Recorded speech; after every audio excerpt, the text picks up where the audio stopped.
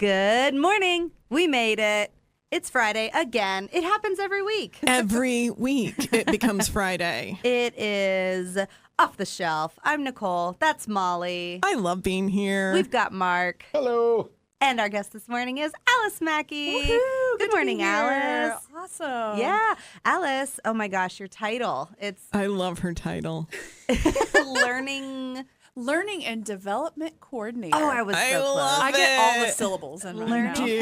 I don't know if you have as many as our friend Julie, who is the Facilities and Administrative Support Coordinator. Ooh.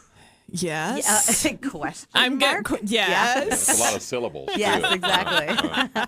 Yes, well, Alice, all of those wonderful words mean that you help train our new folks at the library, and we have so many of them right now. Yes, we were trying to do the math the other day, and I think I've already kind of lost track of it. But I want to say since late June, we've got, well, at least I've seen 40 people. Amazing. Yeah, and it's really fun because I get to meet all the people and get them into the library and tell them all what the library is all about, and like it's been really exciting and really fun. Yeah, well, stay tuned for the second half of the show, you listeners, because we are going to talk more with Alice about the life of a library worker, which is a little bit of a tease to what I'm going to talk about this morning.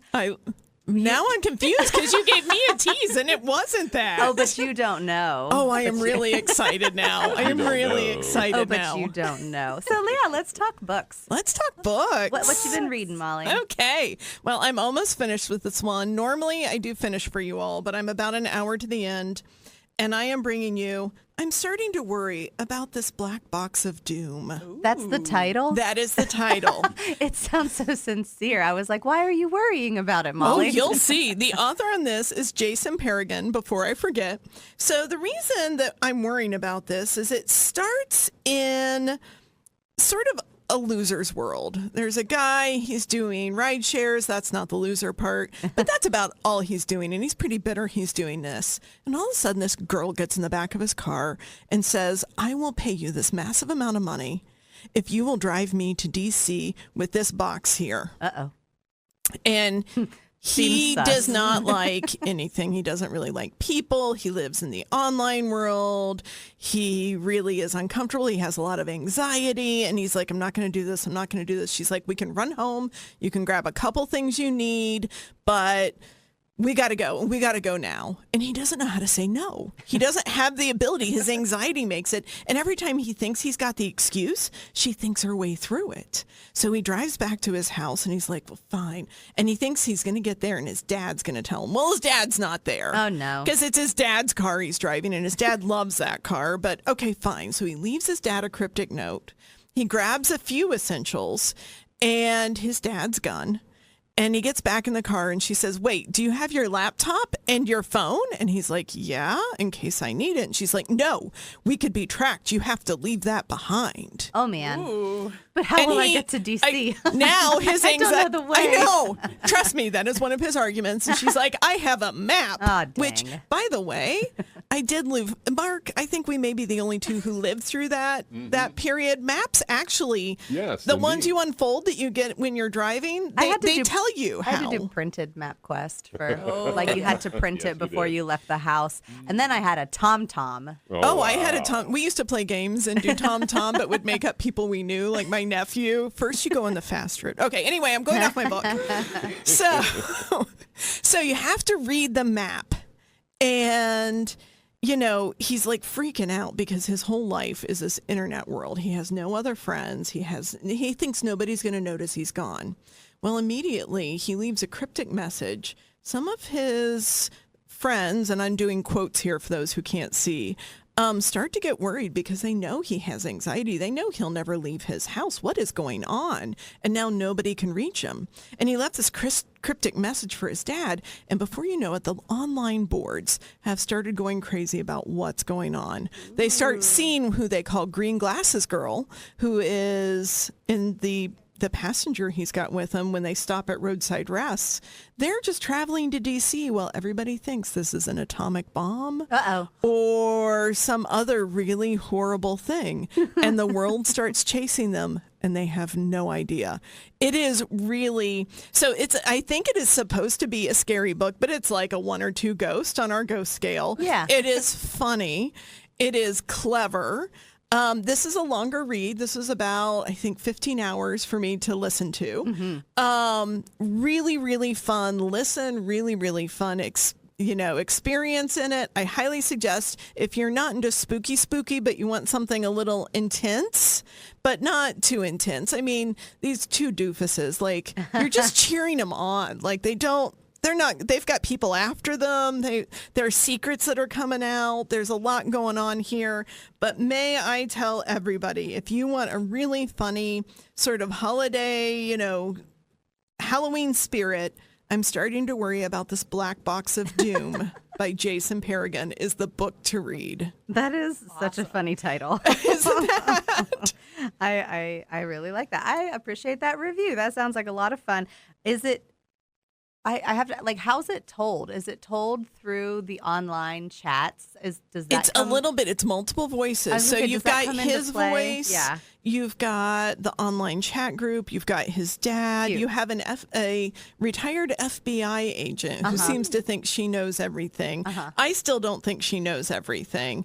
And then you even have this guy who's chasing them that I am still trying to figure out how he got connected with all of this. But he wants that black box. Lots of voices. That's cool. I like that. Cool. Lots of different perspectives. There's so many. It's such a good listen. Great reader. Nice. Well, Alice, between all of your trainings, have you had any time to read anything? Believe it or not, I found a way. That's amazing. I don't know how.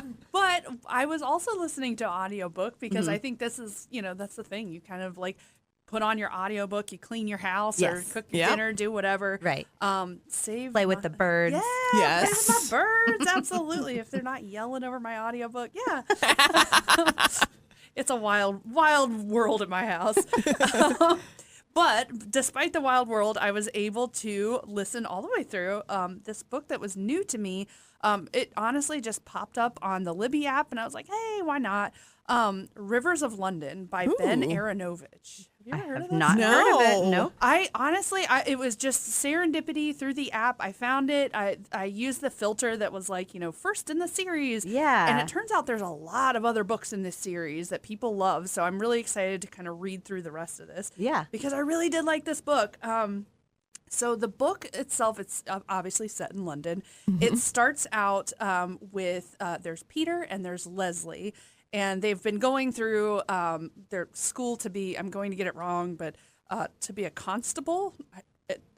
Like a police officer. Yeah, like a police officer. British officer of the law. Right. And so one thing that will happen in this book is you're going to learn a lot about different policing in London. There's like a lot of different, like departments and things. Well, what happens at the beginning is Peter has gone through all of his schooling and his shadowing training, you might say. And he even subliminally. I know. Yeah, right. Yeah. I can't get away from it. But he ends up being assigned to the department he does not want to be assigned to, and that is the case progression unit, which basically means he's going to be pushing paperwork. Oh, man. Oh, yeah. He's very bummed out about this. So he and his friend Leslie, who does get assigned to be a constable, they're out one night, they're patrolling, and there's a murder. Oh, no. Murder. There's a murder, because of course there is. A man is found dead in a town, wherever this square is, and their job is kind of really low level. They just have to secure the area. When a witness comes up to him and starts telling him what he saw. The only problem is this witness turns out to be a ghost from the 18th century. Oh, this is a Molly book. This is a Molly book. So of course he wants to solve the mystery and kind of make his way in the world and kind of move up in the ranks. But how do you do that whenever your prime witness is a ghost? Right.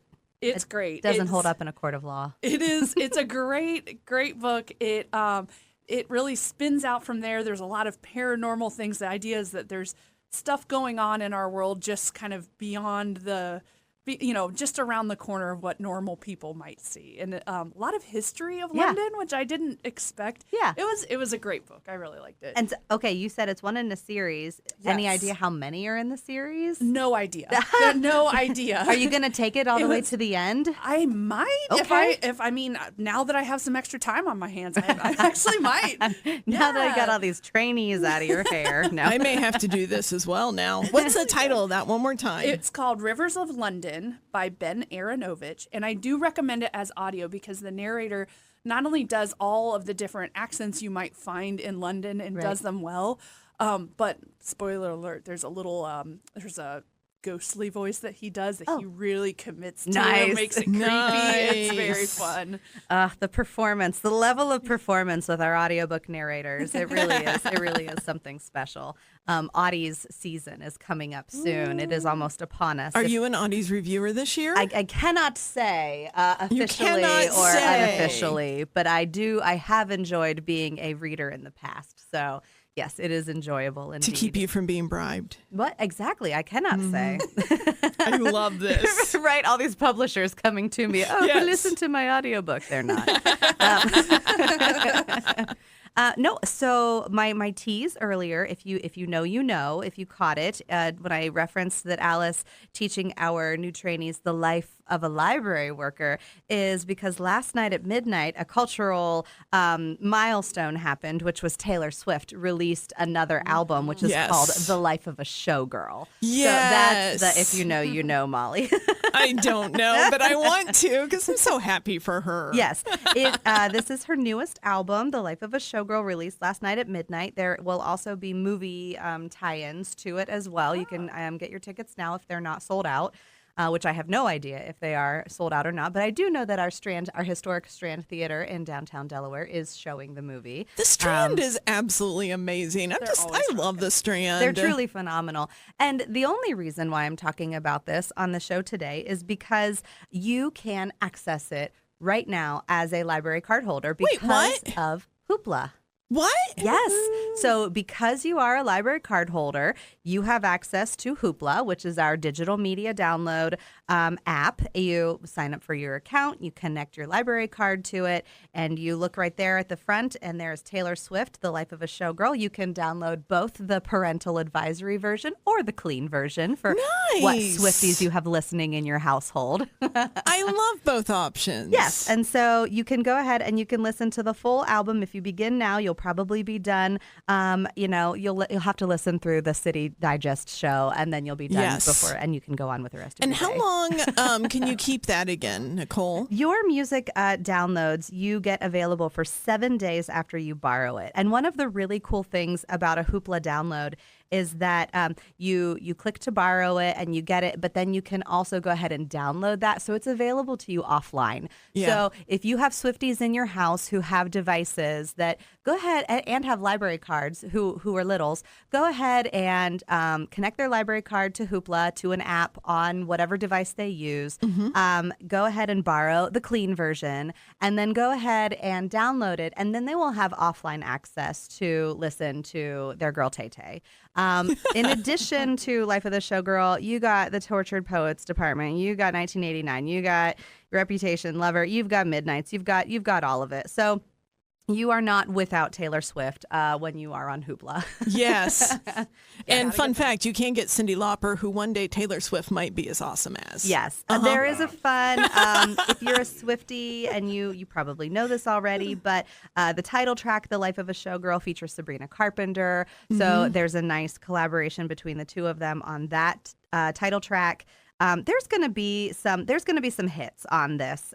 Fate of Ophelia is what it opens up with, which is a fun kind of like play on the Greek character Ophelia, and then like likens that to what her fate could have been, but what it actually is, in Taylor's mind.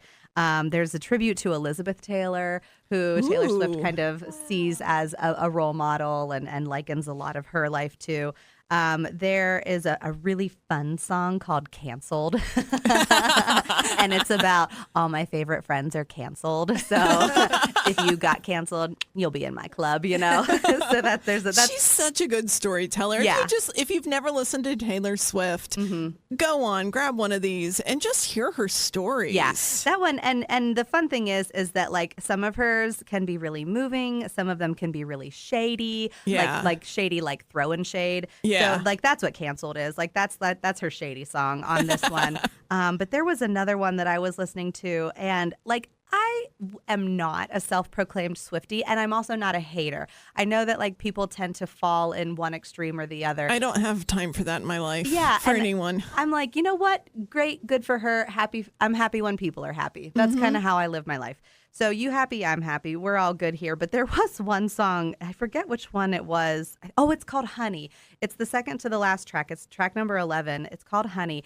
And she basically talks about how words have such significance. A word like honey can be used in so many different contexts. And in that one particular song, she says, when you called me honey, you said it because that skirt didn't fit. Like, honey, that skirt don't fit. And I went home and I cried all the way home. And when you called me honey, like I was in the bathroom and you were making fun of me and you were like, honey, that's not how. And so, but then she turns it and she says, but when you called me honey, you were allowed to because you knew me.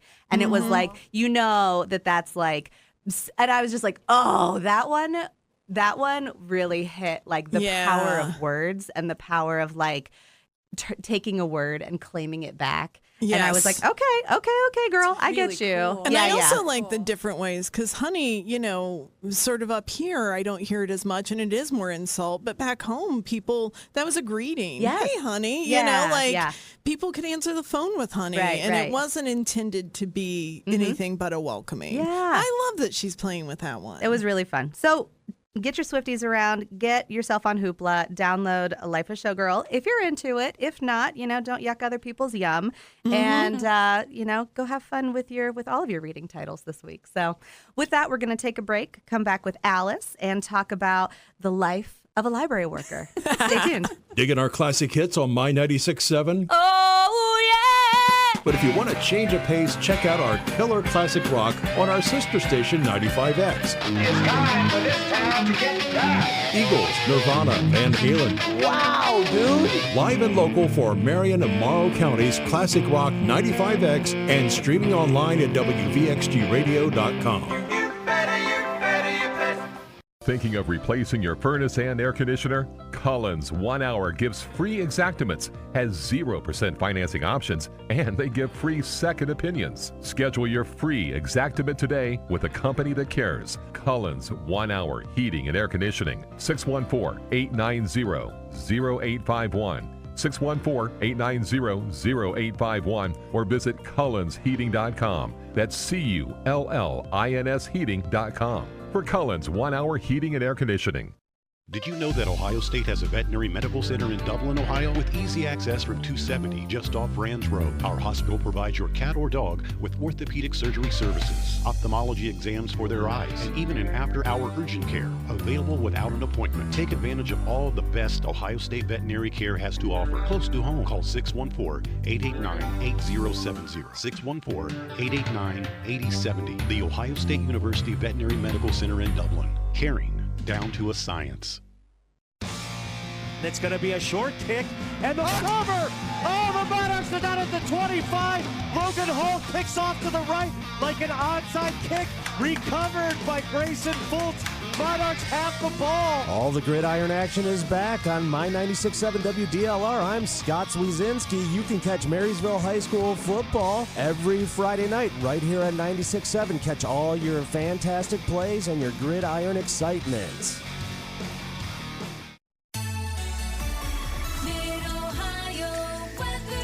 From the My 96.7 Forecast Center, we'll wrap up the week as partly sunny skies gradually become sunny. Our high 84. We'll have clear skies overnight with a low 55. We'll kick off the first weekend in October on Saturday with a sunny day and a high of 85. I'm Rod Tanner with the new My 96.7, 70s, 80s, and more. 59 degrees now in Ostrander. Back to Off the Shelf on My 96.7 with Nicole and Molly, where they promise never to yuck your yum. Is that another new term for you, Mark? Yes, it is. I like that one. I like that one. You're full of them. We have to do that a lot in our house because I have two kiddos with very different tastes, and one of them will yuck the other one's young, and I'm like, hey, cut it out. Like, they like that, and that's okay, and you like that, and that's okay. So stab it. Life skills. Life skills. Yeah, right? Life skills from Nicole. Stab it. Oh, my gosh. All right. We are back with Alice Mackey, who is the Learning and Development Coordinator for the Delaware County District Library. Did I get it right? You got it right. Huzzah. Love it. Also, of course, Molly and Mark were those voices that you heard as well.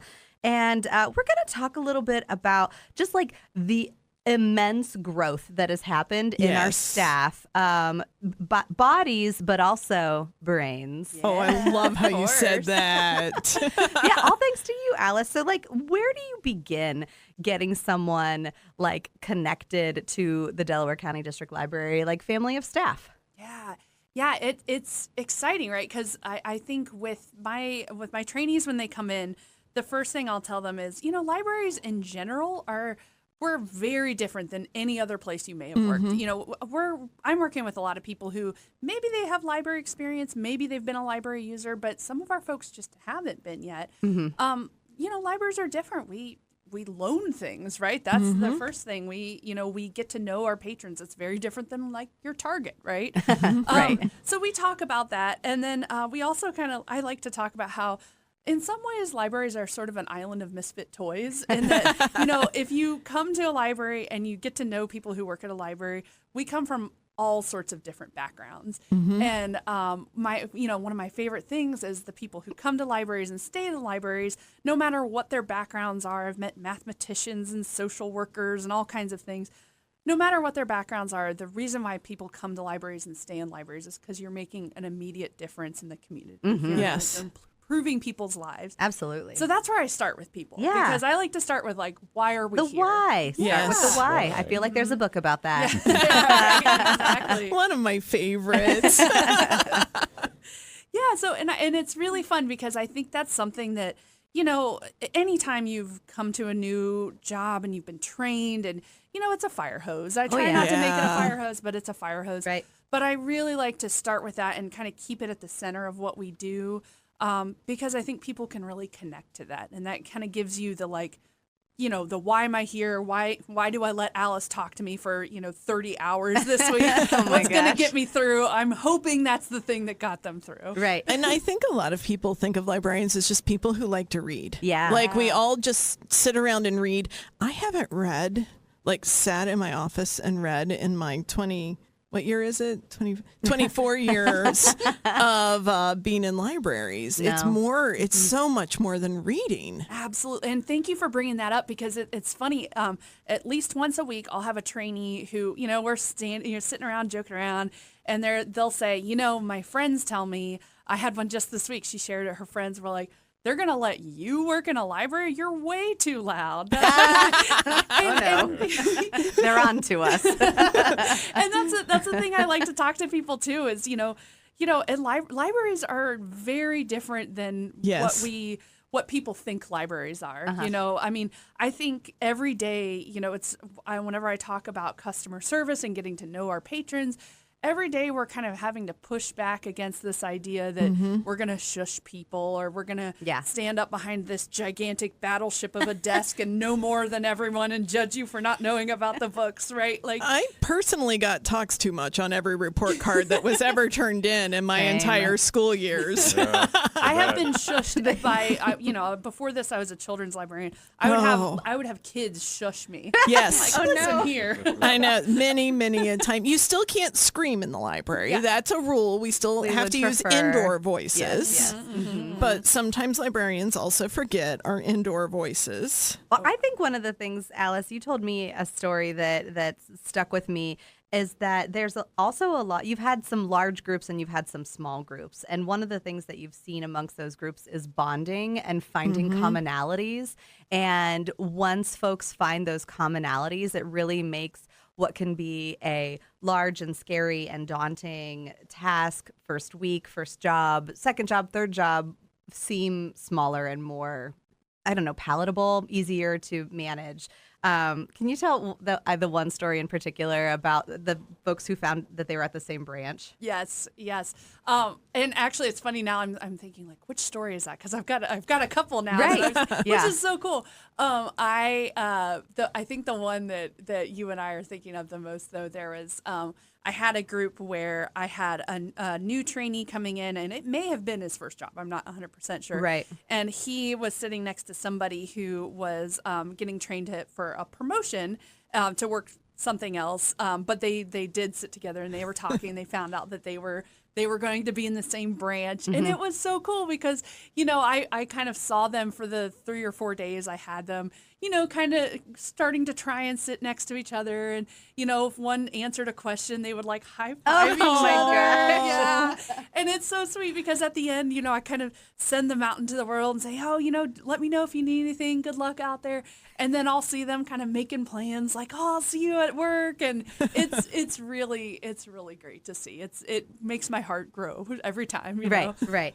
You're doing a lot to tie the system together to help everybody, like you said, start with why, learn the commonalities, learn why we're here, and learn about the public. And this is like a brand new position that hasn't existed in the library before. So you built it from the ground up. So how's that been?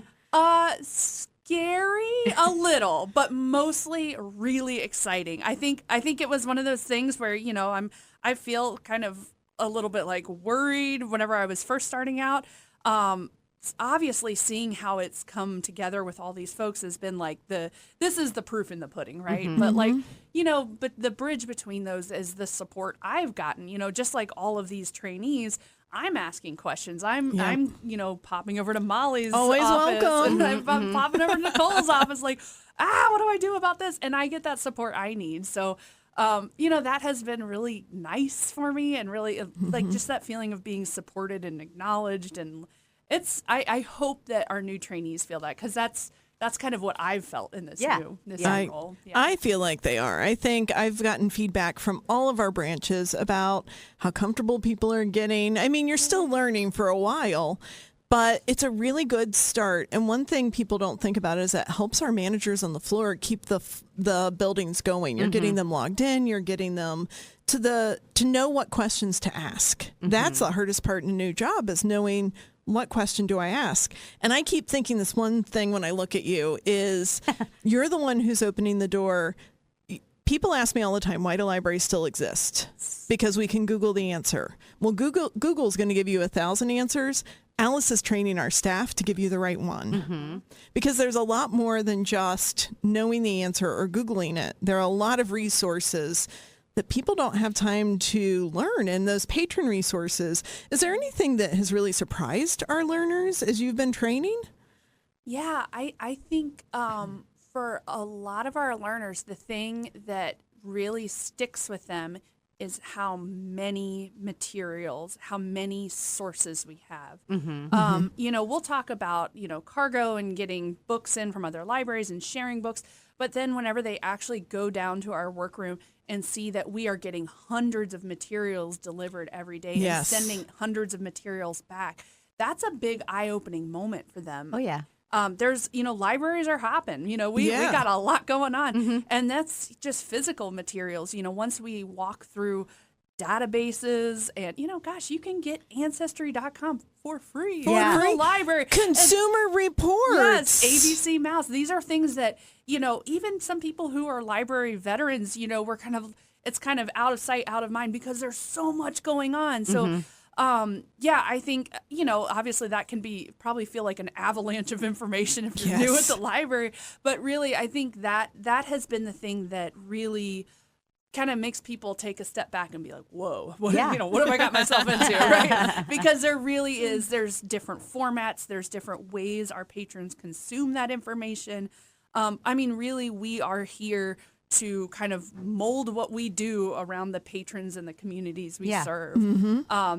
And I think that's been, at the end, after being a little bit overwhelmed, I think that gets them a little bit excited. Yeah. Yes. Right. Yes. Right. It's you kind of jump in and you have this like probably ethereal, even like whimsical kind of like view of a library, nostalgic view of the library. You realize like the day to day, and then yeah, kind of like get overwhelmed, and then you're like, no, let's bring it back to what it's all about, which is really exciting. I once had somebody describe it to me as when people walk in a library, they think this is just this magical place. And my job is to keep the magic by keeping the lights on, keeping the books on the shelves, keeping all those things running in the background so that you can have that magical experience every time you come in the doors. Absolutely. Well, Alice, it has been a pleasure. We're going to talk really quickly about like an event or two that's coming up this week. Yes. But on Monday, the 6th, at 10 a.m. to noon, there's a drop-in playtime at Orange. This is like one of those magical times where we just put out all the toys and you just bring your kiddos and you have the best time ever. And it's a great time to meet other parents, by the way. A great time to sort of find that, if you're new to the area, maybe find a little village for yourself. It is one of those great times when you can really see like how the library brings people together. You can also sign up for, and spots are filling fast at the Orange Branch Library on Monday night, 5:30. Pause for reading. You get to read to a doggo. It's so cute when they get to read to the dogs. Yep. If you're learning how to read, it's like a really like low, scary impact kind of like first timer opportunity. I'm giving Orange a lot of love today, or we are.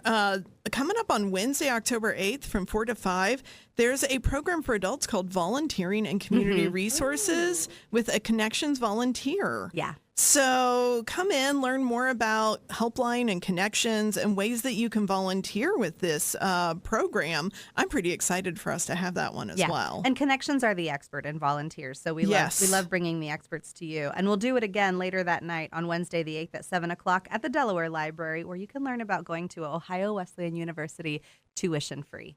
I can't wait for that one. Yeah. So definitely come out to that. But I think that's all we have time for today. Alice, it has been a joy. Thank you so much for having me. This has been lovely. If Alice sounds like a wonderful human to you, and she is. She is. We have a couple page positions open at the library. They're part-time. They're the magical people who take the books from your hands, from where you deposited them into the library, and they go back onto the shelves. Apply for one of those positions, and Alice will be the one who teaches you how to do that. So thank you, Alice. Thank you so much. Thank you, Molly. Thank you, Nicole. Mark, have a great week in the life of a showgirl. Thank you. Me and Tay-Tay. Until next week, we'll see you in the stacks.